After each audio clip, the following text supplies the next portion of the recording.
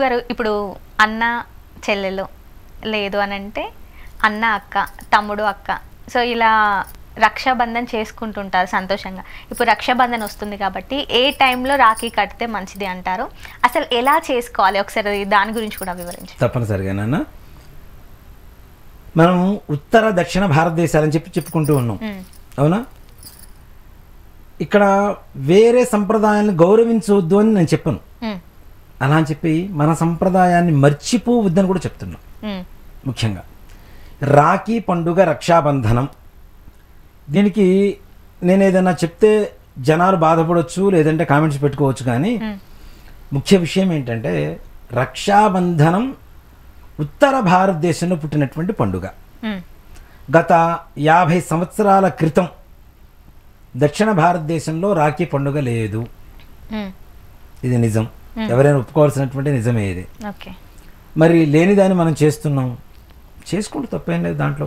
దేనికంటే తద్వారా ఆడపిల్లలకి ఎంతో కొంత లాభం, ప్రేమ రెండూ చేకూరుతాయి.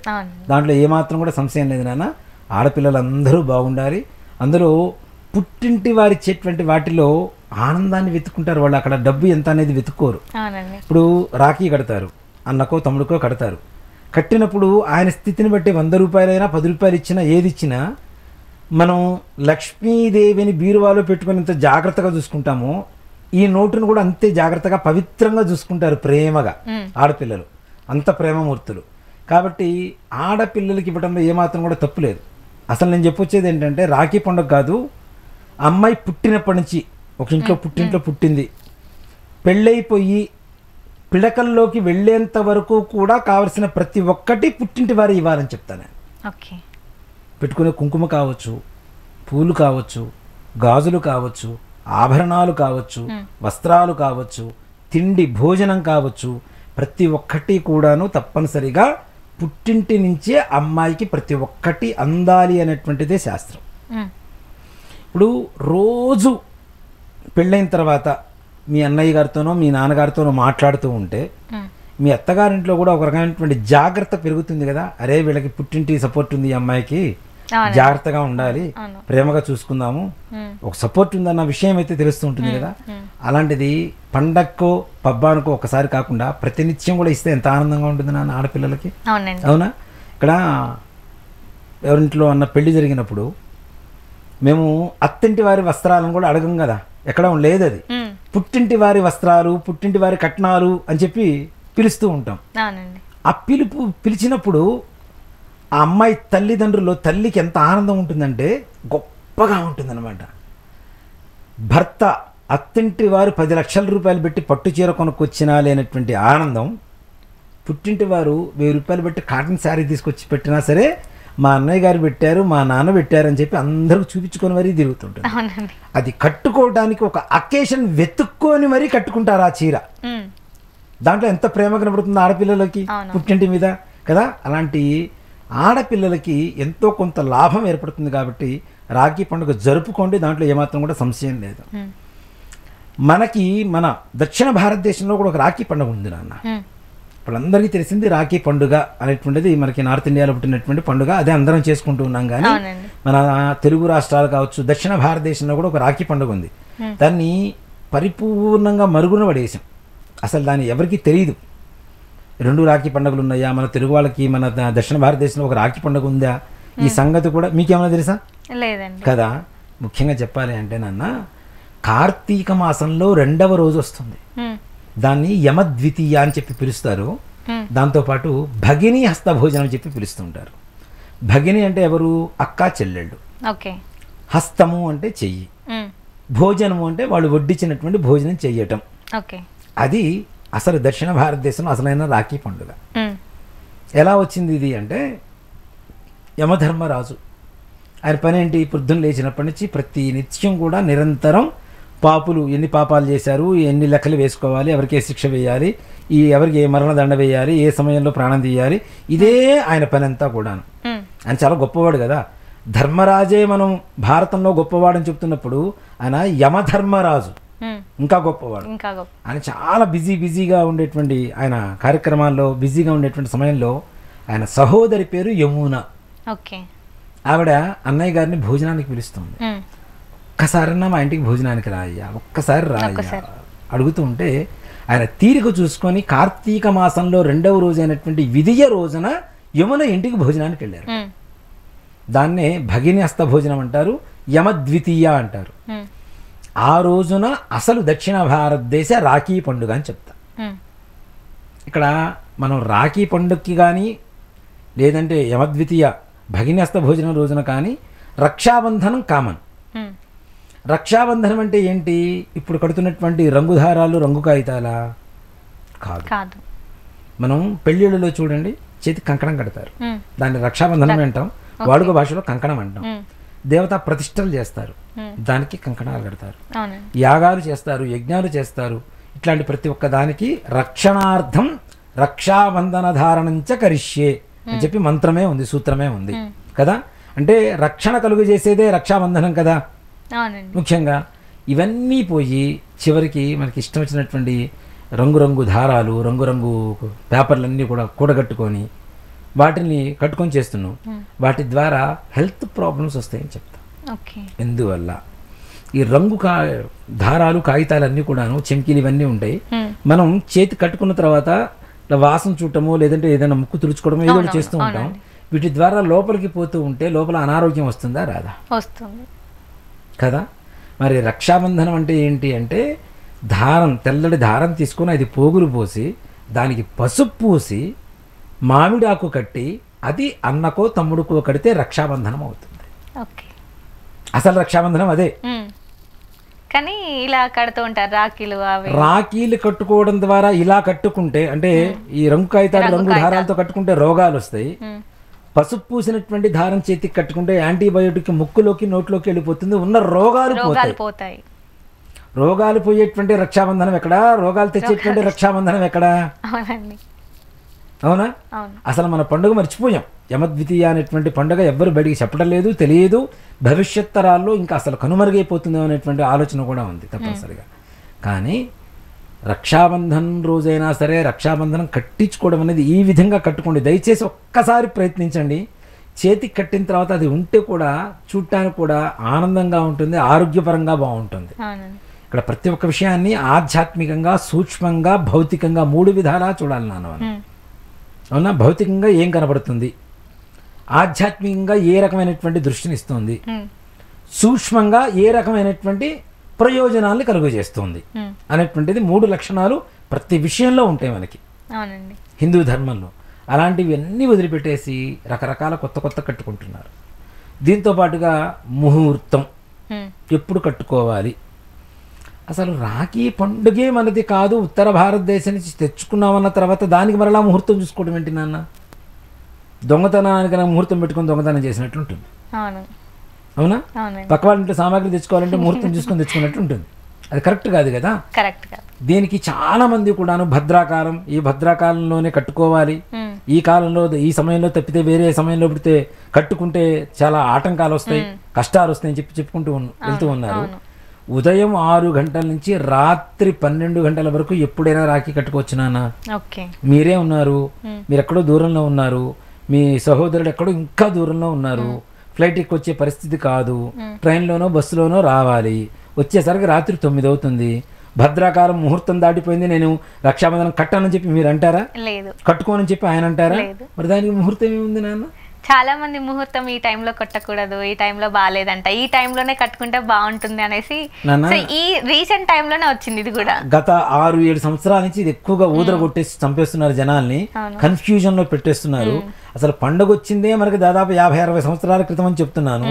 దాని గురించి మరలా శాస్త్రీయమైనటువంటి సిద్ధాంతం ఉంది, దానికి ఒక ముహూర్తం ఉందని చెప్పడం అనేది అవివేకం అని చెప్తాను నేను. ముఖ్యంగా చెప్పాలి అంటే పండగ ఎప్పుడో వచ్చింది, మరి యూట్యూబ్లు ఇట్లాంటివి మాధ్యమాలు వచ్చేసి చాలా సంవత్సరాలు అవుతుంది, దాదాపు 25 సంవత్సరాల దగ్గర అవుతుంది. మరి ఇన్ని సంవత్సరాల నుంచి చెప్పినటువంటి శాస్త్రం ఈ 5-6 సంవత్సరాలు ఎందుకు చెప్తున్నారు నాన్న? కొత్తగా ఏదో పుట్టించడం తప్పితే నిజంగా ఉంటే ఇప్పుడు మాధ్యమాలు వచ్చినాయి, వీడియోలు వచ్చినాయి, అందరి చేతుల్లో సెల్ ఫోన్ ఉంటున్నాయి, సెల్ ఫోన్లో వీడియోలు చూసుకోవడానికి అవకాశం ఉంది.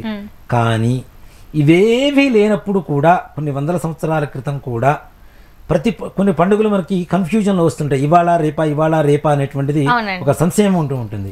అలాంటివి కూడా పూర్వకాలంలో ఇదే రోజు పండగ అని చెప్పి దేశం మొత్తం తెలిసేలా అలా చెప్పారు నాన్న, మాధ్యమాలు లేకుండానే. మరి ఇది సశాస్త్రమైనటువంటి ముహూర్తం అనుకుంటే ఇది కూడా అప్పుడు కూడా పుకారు పుట్టాలి అంటే, ఐ మీన్ జనాలు అందరికి వెళ్ళాలిగా, అవునండి, అందరికి చేరాలిగా. అప్పుడు లేనటువంటిది మీడియా వచ్చి కూడా 25 సంవత్సరాలు అవుతుంది. 20 సంవత్సరాల నుంచి కూడా ఊరుకుండి గత 6 సంవత్సరాల నుంచి 7 సంవత్సరాల క్రితం నుంచే ఈ ముహూర్తాలు పుట్టిస్తాము, ముహూర్తాలు కట్టుకోండి అని జనాల్ని ఒక రకమైనటువంటి బాధకు గురి చేయటం. అరే కట్టలేకపోయామే, కట్టించుకోలేకపోయామే, ఒకవేళ కట్టినా గానీ కరెక్ట్ టైంలో కట్టలేదు కదా, మళ్ళీ ఏమన్నా అవుతుందేమో అనేసి భయపడుతూ ఉంటారు కదా నాన్న. ఇది అసలు చాలా తప్పు నాన్న, అది జనాల్లోకి చాలా ఇదిగా తీసుకెళ్తున్నారు. నేను పూర్వకాలంలో అంటే మాధ్యమానికి సంబంధించింది అయినా కాకపోయినా చెప్తాను. నా చిన్నప్పుడు చెల్లెలు కాపురం అని ఒక సినిమా ఉండేది నాన్న, మా చిన్నప్పుడు దాదాపుగా. దాంట్లో ఒక అన్న చెల్లి, చెల్లెలేమో సవతి కూతురు అన్న తల్లికి. అయితే అన్న వెళ్ళి చెల్లెల దగ్గర రాఖీ కట్టించుకొని వస్తాడు. వచ్చే సమయంలో యాక్సిడెంట్ అయ్యి లెఫ్ట్ హ్యాండ్ దెబ్బతింటుంది, ఎడం చేయి బాగా దెబ్బలు తింటుంది. ఈ సమయంలో సవతి తల్లి వచ్చి నీ చేతులతో రాఖీ కట్టావు నా కొడుక్కి, అందుకని చెయ్యి ఇరిగిపోయింది అంటుంది. అప్పుడు తమ్ముడు చెప్తాడు, అమ్మ అక్క కట్టింది నాకు కుడి చేతికి, దెబ్బలు తగిలింది ఎడం చేతికి, ఇలా అని తెలిస్తే ఎడం చేతికి కూడా కట్టించుకునేవాడిని అని చెప్పేవాడు.